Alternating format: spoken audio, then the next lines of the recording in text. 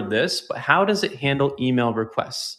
Can it return a form to the requester based on the request, then put the request in the proper queue workflow? This is something I personally suggest almost everyone to avoid if you can. So, the issue with email is that you can't require certain pieces of information and you can't filter this into a specific queue or request type, etc.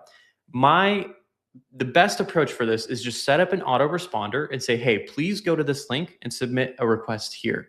That might take some transitionary time, like that's absolutely okay, but that's my number one kind of go to.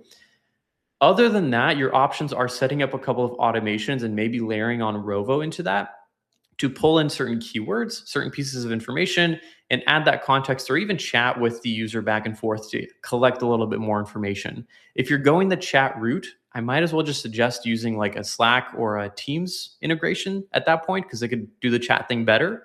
But yeah, I would try to stay away from it if you can. If you can't, there's a lot of good things you could do on the automation side that allow you to pull in certain keywords and information and triage those requests.